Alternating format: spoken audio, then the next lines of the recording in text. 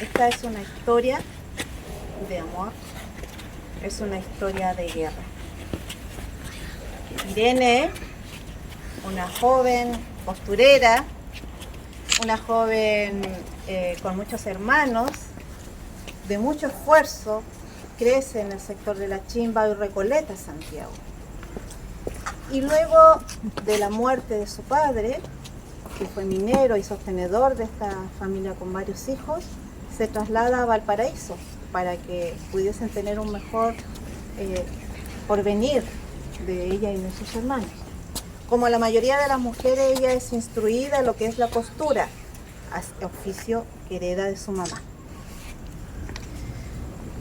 Pero los años van pasando, estamos hablando de 1877, donde la mujer estaba destinada a solamente dos futuros. O se casaba o era una monja, exactamente. Entonces, ella no quería ser monja, obviamente, y además que para ser monja en esa época se había que pagar dote. Entonces, ya tenía, nacida en el 48, ya tenía 29 años, sin un papá, una mamá ya que envejece. Nos imaginamos que le dice: Irene, cásate, por favor, cásate, no te quedes sola, yo ya estoy vieja. Así es que de una u otra manera le consigue un esposo en Valparaíso, y un esposo que es lamentablemente mayor y enfermo. Yo creo que ella cede a esta petición para satisfacer al último deseo de su mamá.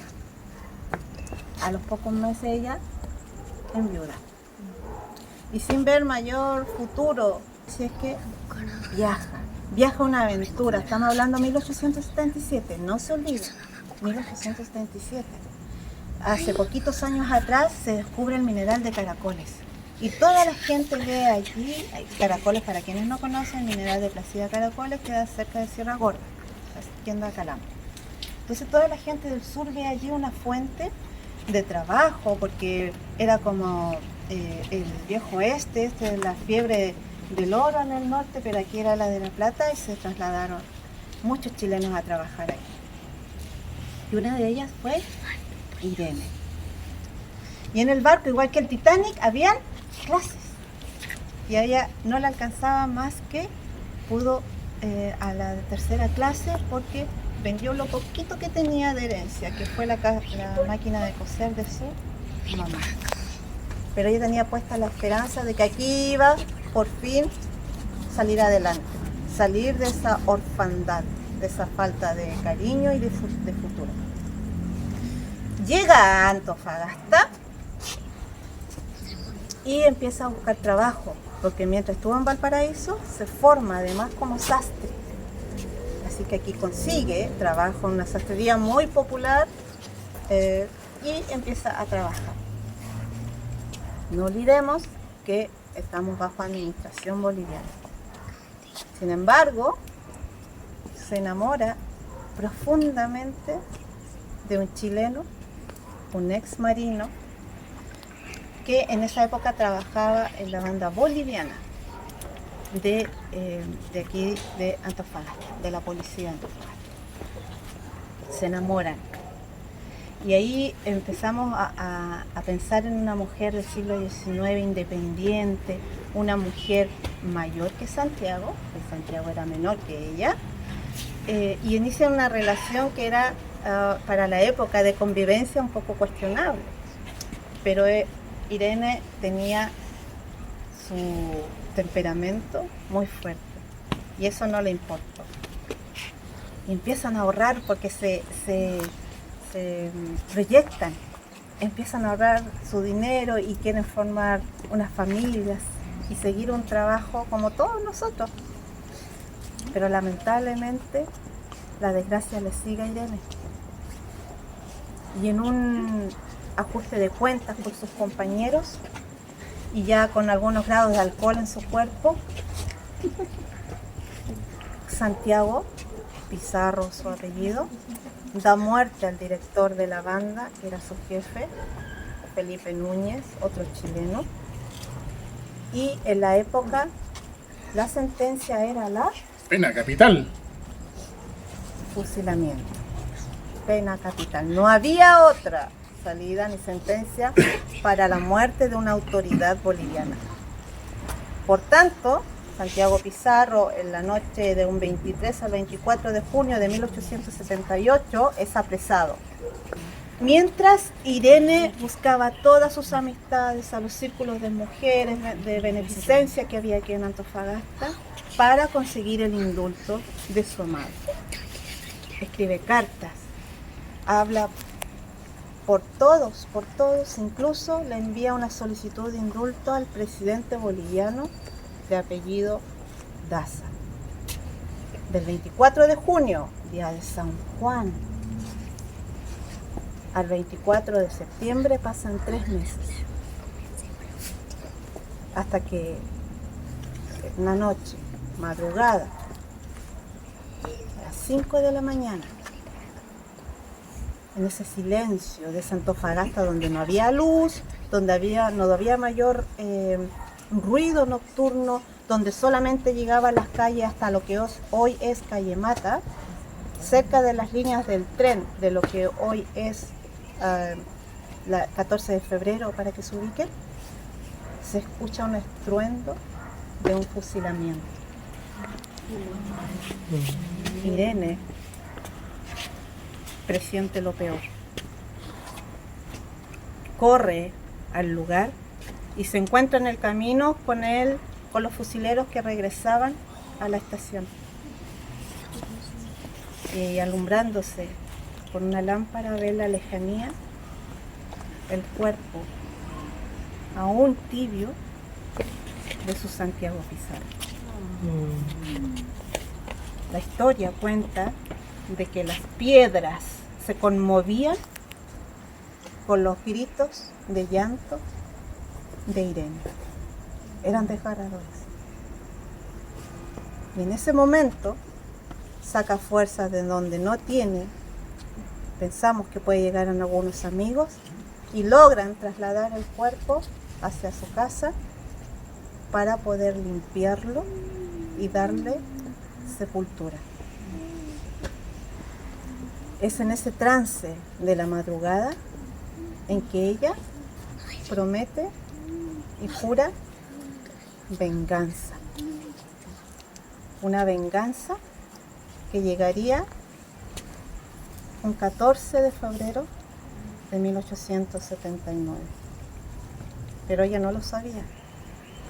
Entre tanto, da todo lo que tiene para hacerle unos funerales soberbios. Así está descrito en la historia, soberbio. Primero, manda a sacar una fotografía a su Santiago Pizarro. Una fotografía póstuma y que queda en el recuerdo y que la historia también relata que lo lleva de entre sus ropas. Y envía a pedir a Valparaíso, donde se encuentran las marmolerías más famosas y finas de Chile, para hacerle una placa mortuoria que deja sobre su tumba y que está a pocos metros de este lugar. Y hasta el día de hoy, esa tumba es reconocida como la más antigua que se haya identificado. Una tumba de 1878. Pero, oye, Anita, cuéntame, ¿lo mataron porque había que matarlo o había algo más escondido ahí? La historia dice, recordemos que estábamos en una población mayoritariamente chilena, pero que estábamos con la administración Boliviana. Por tanto, la autoridad era muy dura con los chilenos y se empiezan a formar unos grupos como de resistencia llamado Liga de la Patria. Y ese grupo estaba conformado por diferentes chilenos de forma anónima que actuaban en defensa de estas injusticias tanto en Caracoles como en Antofagasta, y que Santiago Pizarro también pertenecía a ese grupo. Entonces, cuando la policía boliviana ve la oportunidad de apresar y después de fusilar a uno de estos grupos, de integrantes de estos grupos, la aprovechó. Se cuenta que el indulto del presidente boliviano habría llegado. Y es por eso que se le fusila antes de que Irene tome conocimiento de ese indulto, y además eso se apoya con lo sigiloso que fue su fusilamiento a las 5 de la mañana. Solamente a él se le informa de esto a las 11 de la noche del día anterior. Se envía al sacerdote para que se confiese, se le da la oportunidad de que escriba un par de cartas y a prepararlo para caminar hacia el patíbulo improvisado. Y es por eso que después, cuando Irene se entera de que habría existido este indulto, aún más alimenta finalmente su sed de venganza. Aquí termina una historia y empieza otra. Exactamente. Nace otra historia de la mujer que venga el amor de su vida y llega, habíamos dicho, el 14 de febrero de 1879, que sin saberlo la gente era el inicio de la Guerra del Pacífico. Se reivindica la ciudad luego, ¿cierto?, del rompimiento de un tratado que estipulado ya que había con Bolivia, y empiezan a llegar las tropas. Ella hace un acto que es seguramente deplorable y se dirige con toda la multitud hacia el centro, hacia la plaza, donde habían discursos nacionalistas y además de bienvenida, de mucho jolgorio. Aunque no lo crean, ese 14 de febrero no se disparó un tiro. Y entre ese jolgorio iba Irene Morales con sus compañeros y se dirigen hacia la prefectura boliviana. Irene Morales no medía más de 1,55 m.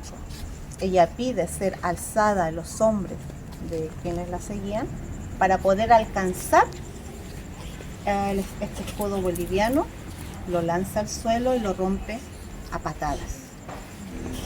Y luego de eso, al enterarse de que llegaban todas las tropas aquí a la ciudad para formarse para ir a la guerra, ella decide también unirse.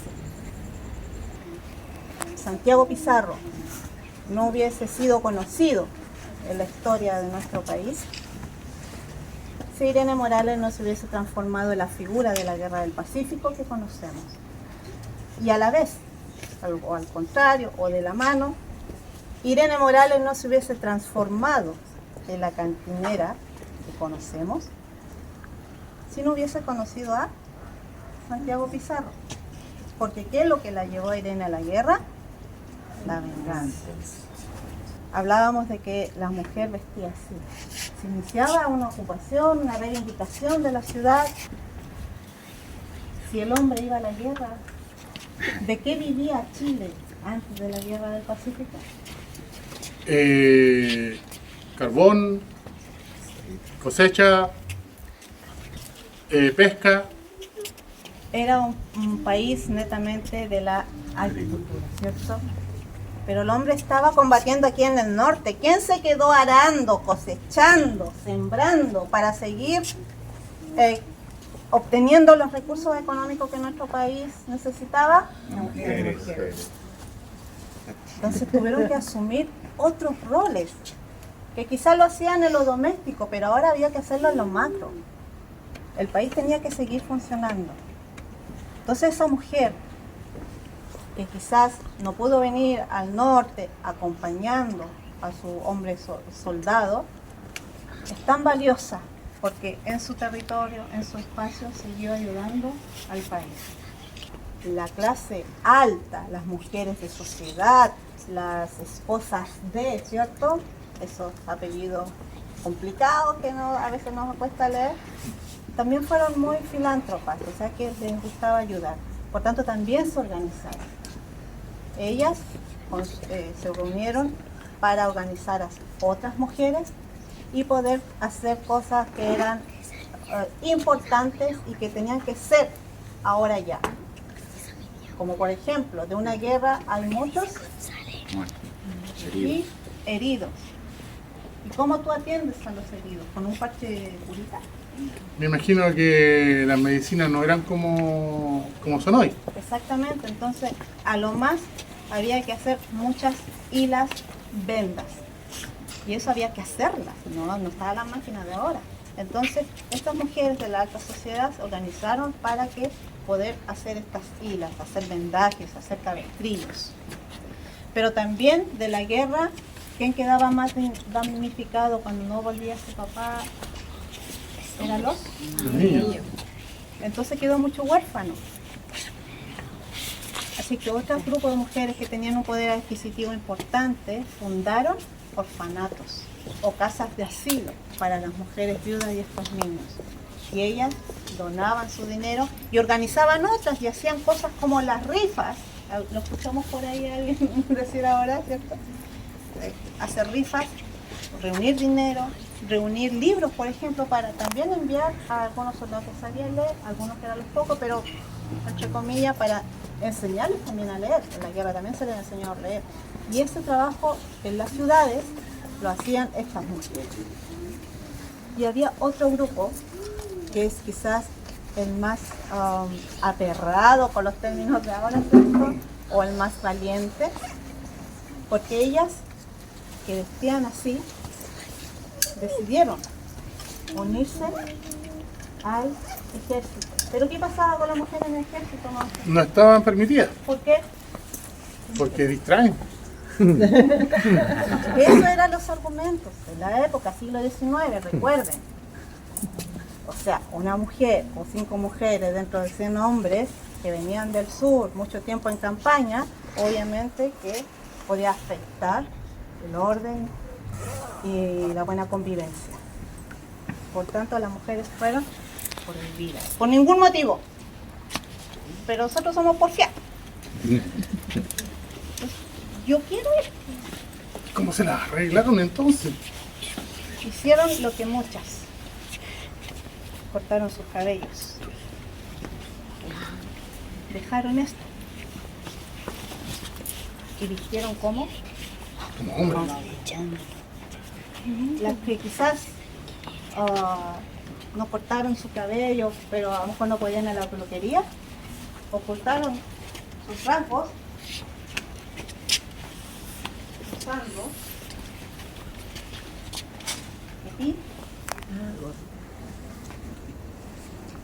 y usando ropa de soldado. Cubrieron sus pechos y hasta cambiaron sus nombres.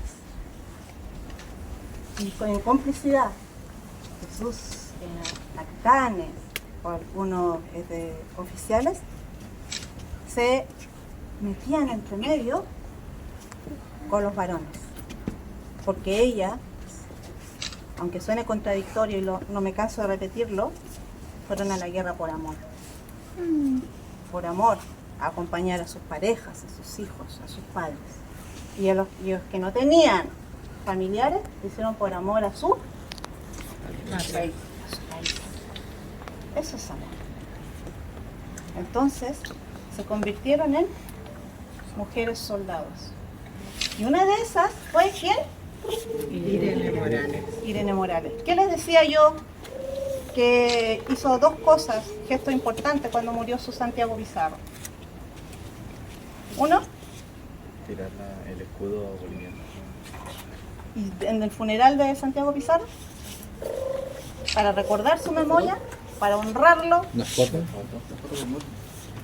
Y la vida. les presento a Santiago Pizarro. Esta es la foto póstuma que le sacó Irene, y cuya fotografía ella llevó siempre entre sus ropas, porque en el momento de debilidad era la que le daba fuerza. Aprendió a usar el fusil Un fusil que era grande para ella también, me imagino. grande, pero después ella pudo obtener el propio. Aprendió a montar. Aprendió a dar órdenes porque obtuvo grado.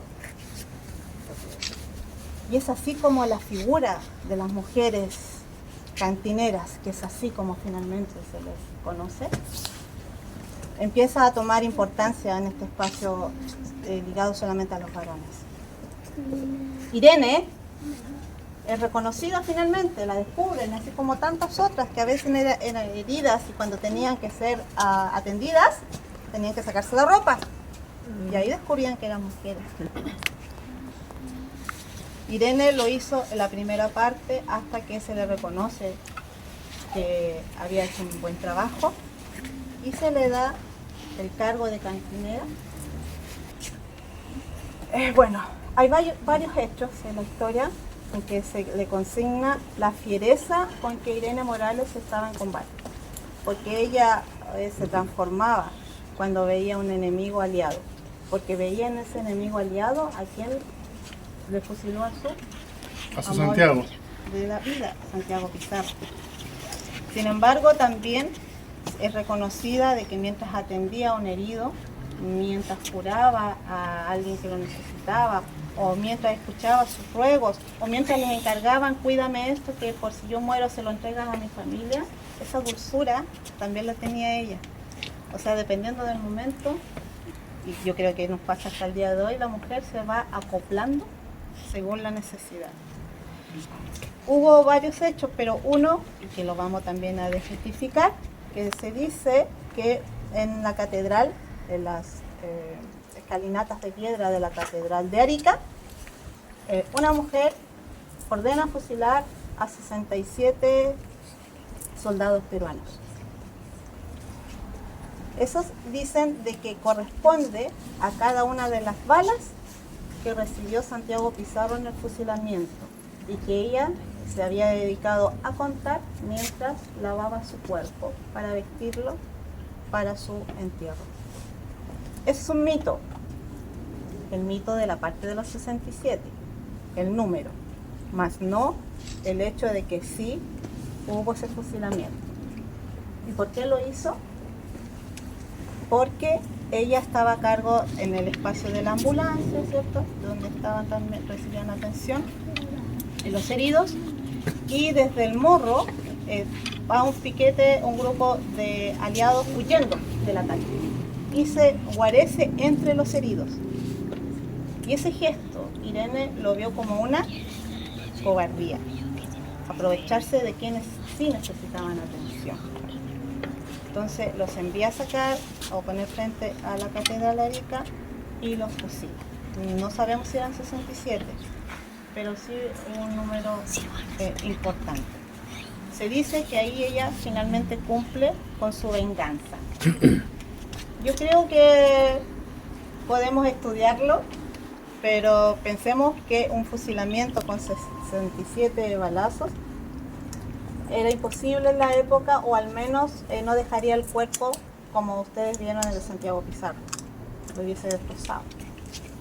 Y además que en ese tiempo las armas eran de monotiro, o sea, de un solo tiro se disparaba y se tenía que volver a cargar. Tampoco la policía boliviana contaba con tantos fusileros. Entonces no creo que hayan sido más de 5 fusileros. Entonces el número del mito, eso es lo que hay que olvidar, más no la acción. Ahora, también se cuestiona y cómo lo hizo una mujer y qué se cree, y vamos a los derechos humanos o no sé qué tratado. Bueno, en esa época no existía la figura de los derechos humanos, pero si hubiese ella faltado o hubiese hecho abuso de poder de su grado, hubiese sido llevada a juicio, ¿cierto? Tiene un nombre que ahora no recuerdo, cuando... Consejo de Guerra. Consejo de Guerra, gracias Rodrigo. A un consejo de guerra por un abuso, pero eso no sucedió. Y ella continuó en la guerra, llegando hasta Lima, donde no sabemos cómo ni por qué se casa nuevamente con un soldado chileno y regresa con él, pero sus últimos días no los finaliza con él. Hay otra parte de la historia de Irene Morales. Todos los días vamos descubriendo historias grandes de ella. Para nosotros nos honra contar esta historia porque nace, la Irene Morales que conoce la historia de Chile nace aquí, en Antofagasta. Y el cuerpo de su Santiago Pizarro lo tenemos aquí. Y la placa mortuoria que ella manda hacer, lo tenemos aquí. Y recientemente, el mes de noviembre, el 27 del año pasado, esa placa mortuoria fue declarada como monumento histórico nacional. Así que pronto vamos a poner en valor el lugar y la historia de Irene Morales. Para terminar, la mujer finalmente durante la Guerra del Pacífico cumplió una función en todos sus espacios, en todos los territorios, dentro del país y fuera del país.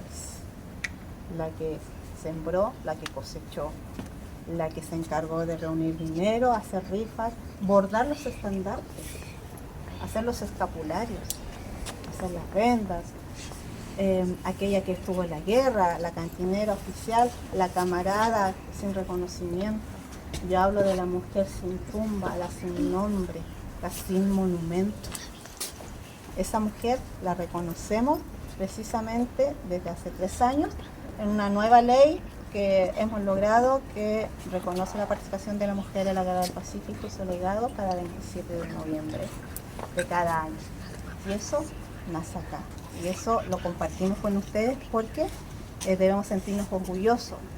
Lamentablemente pasaron más de 140 años, pero lo hemos logrado. Y finalmente es el legado que nos deja a todos nosotras en tiempos difíciles. Irene, después de la guerra, se regresa a su lugar natal, Recoleta, hoy Recoleta, La Chimba, Santiago. Y es allá donde fallece, muy joven, pero era la media de la época, la gente no duraba más de 50 años, ya muere con 48 años, 43, perdón, 42, 43, en 1890. Sepultada en el Cementerio General de Santiago y que desde 1900 y tanto es trasladada a un mausoleo de la Sociedad de Inválidos de Veteranos del 79, donde descansa con otros colegas, ¿cierto?, en Santiago. Y acá estamos en la portería del Cementerio General de Antofagasta. Estoy con la gran Irene Morales, la gran Anita Olivares, quien representa a Irene. ¿Qué es lo que significa para ti representar a Irene Morales? Bueno, Irene Morales Galaz, digo con orgullo Galaz porque es parte de la investigación que pone en valor su nombre, todos sus datos verdaderos. Nace aquí como la figura que conoce la historia. Aquí se genera esa historia de amor que termina en desgracia y aquí ella se da a conocer finalmente con el espíritu vengativo pero también solidario de una cantinera de la Guerra del Pacífico. Así que para mí y para los viejos estandartes de Antofagasta que hemos dado a conocer su historia, es maravilloso que tú estés acá con nosotros compartiéndola y también para todos ustedes, porque este trabajo no es para nosotros, es para todos ustedes. Anita, nos has contado una gran historia de amor. Así es una historia de amor que termina en una historia de guerra finalmente, pero que está muy enlazada con lo humano, de lo que se puede rescatar de lo que es una guerra, ¿cierto? Más allá de las balas, de las campañas, de quién ganó, son las personas las que nosotros les bajamos la mirada para que ellos también se puedan lucir y contar su propia historia. Irene Morales Galaz y Santiago Pizarro es una de ellas.